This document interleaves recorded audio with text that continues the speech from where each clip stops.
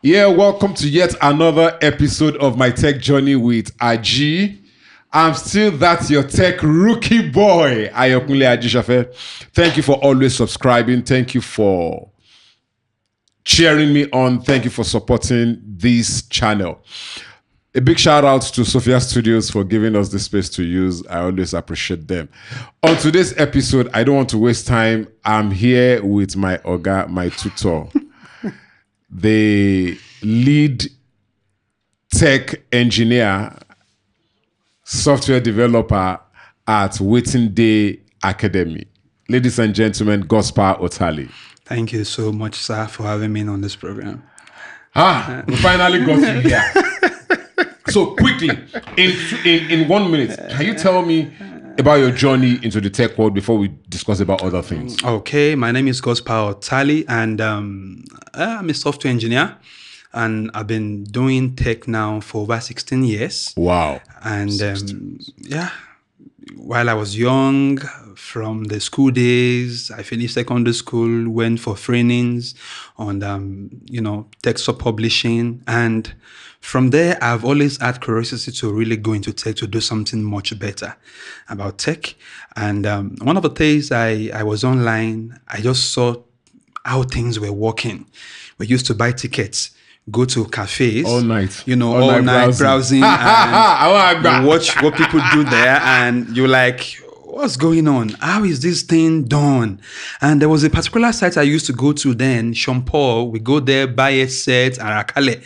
We buy 1 hour, sit down, and all you could do was listen to music like Sean Paul, I'm still in love with you. You know that song. So, and I will waste the whole 1 hour sitting down to just listen to that music, and I saw people using Yahoo Messenger, using, all these websites. What are they doing? How is this thing done? And I was so curious. I wanted to know.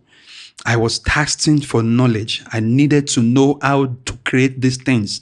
And I said, okay, if this is the case, I will learn. I got into so many jobs, desktop publishing with the High Court, with corporate companies. And from that point, I was in 311 National Open University of Nigeria when I wanted to do my IT. And from the IT point, I told my friends, I said, guys, come, let's do something different with our lives. Can we please go and do tech? Can we go into web development? Can we go into something different that we could use to add value, spice and value to our future? And we're 5 in number that went for an IT training then. And, we went there, we paid a heavy sum of money in 2012 just to be on IT. And we registered. I didn't mind the money. I just wanted to know, and that was the point where I started my tech journey from, whereby I start to develop websites. My instructor then was a youth corper who was not too very good, but that was, at least I needed a push for someone to set me off in the journey. And after then, I began to grow. I grew a little. I did some things, but I didn't feel the vibe that, no, I was not really doing something better. So I just associated myself with a company, a tech company, Global Focus 10, who, nurtured me. And I was working with one engineer. The software engineer was Lei Akinwuli. He used to hold my hand, and I was a junior programmer in the company. He would tell me, Gospel, do this. Gospel, do that. If I tell him I don't know, he would say, this is how to do it. This is how to do it. I began to grow. I began to grow. And from that point, I saw the need to do more, to learn more. I began to look for interns with companies who can just adopt me as a young person to just grow my skills. And I was still in school. And from there, I landed a job of 100K with a company in Akure here as their software developer. I was working with them for about 4 years. From there, I was able to build my own startup Waiting Day. I registered a company. While I was working with them, I was also, doing my own startup, a side hustle. And I invented an app called Waiting Day app. I don't know how many of you knew that app. Yeah, I knew that app. And I was so hungry to just do something different from the whole world and, people to learn from. And Waiting Day app Nigeria happened to that app actually. Because we took it around the whole world. We were on Channels TV, we were on so many media prints. We went to, we won an award in South Africa as the best messaging app in Africa. But one of the challenges we had was Nigeria happened to the app. Because why? There was no open hands to welcome us. People were not embracing the startup like waiting there. The name sounds so local. Why would you have this startup waiting there? Why would you name and have this name waiting there? We even had CC Hub in Lagos and Yaba, where we pitched our startup on one of our Startup Tuesday, and we were talking to them about our app. And somebody told us, "Hey, guy, go and throw this app away. Get a tech job and just take care of your stomach infrastructure and stop wasting your time on all these things." I said, no. I told my team then, I said, guys, we are going to break through. And we began to take this app everywhere. And we got to MTN. MTN told us to go and bring 1 million downloads until we begin to earn on data metrics. I said, wow, this is so much. We don't have money. People wanted to come into the app, invest, but they wanted almost half of the company. I said, wow, this is so serious. And after some years, God told me, specifically in 2018, I should really go into training people. Let me empty myself into people. I should teach them what I know. And that was what bettered this whole training thing till today. And the waiting day app is still a side hustle. We are still trusting God to bring it up someday. And the first step to the training point was when we had a gig with the owner of Ife. He called us to train about 60 young people in Ile-Ife. And my company powered that training. We did that training. We were doing training for about 6 weeks. Every day, Mondays to Friday, I take about 3 sections a day. What I teach people in the morning is what I teach people in the afternoon. It's still what I teach people in the evening. Wow. And I was short-lived because the space they gave us then, powered by NISDA, was can just take only 20 people. And we have 60 people to train, And that means I have to split them into sessions, 3 sessions. So, and we had this training fully in 6 weeks. In Ife, I used to go to Ife, come back every weekend to see my family, go back, come back to see my family. And that was how we started. And from the point of breaking through into the business world, I came back from that training. I didn't know what to do. I was hoping that someday we would just probably get another job with a company and just start up with maybe a software engineer with them. I said, no, I prayed. And the Lord told me, start up that same training you did there. And we just walked in the street of Akure. We got a space. We put up the flyer. Come and learn web development for so number of weeks. 35,000 naira. Just come. And we had about 20 people registered for that training. And that was the point I knew that, yes, people really wanted this knowledge. And at that moment, we began to train people. And from that time till now, we have trained over 1,000 people in Ondo State. That's a big one for me because all our students are doing so well.